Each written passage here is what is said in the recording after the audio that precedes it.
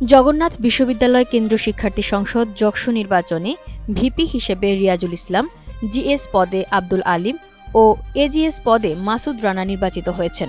তারা সবাই ইসলামী ছাত্র শিবির সমর্থিত অদম্য জবিয়ান ঐক্য প্যানেল থেকে নির্বাচিত হন। বুধবার রাত 11:30টার দিকে এই ফলাফল ঘোষণা করা হয়। ঘোষিত ফলাফল অনুযায়ী ভিপি পদে নির্বাচিত রিয়াজুল ইসলাম পেয়েছেন 5,564 ভোট। তার নিকটতম প্রতিদ্বন্দ্বী ছাত্রদল সমর্থিত প্যানেলের এ.কে.এম. রাকিব পেয়েছেন 4,688 ভোট। জিএস পদে ছাত্র শিবির সমর্থিত প্যানেলের আব্দুল আলিম আরিফ 5,470 ভোট পেয়ে নির্বাচিত হয়েছেন। তার প্রতিদ্বন্দ্বী ছাত্রদল সমর্থিত খাদিজাতুল কুবরা পেয়েছেন 2,203 ভোট। এজিএস পদে ছাত্র শিবির সমর্থিত প্যানেলের প্রার্থী মাসুদ রানা 5,002 ভোট পেয়ে জয় লাভ করেন। তার প্রতিদ্বন্দ্বী ছাত্রদল সমর্থিত প্যানেলের বি.এম. আতিকুর তানজিল পেয়েছেন 3,944 ভোট।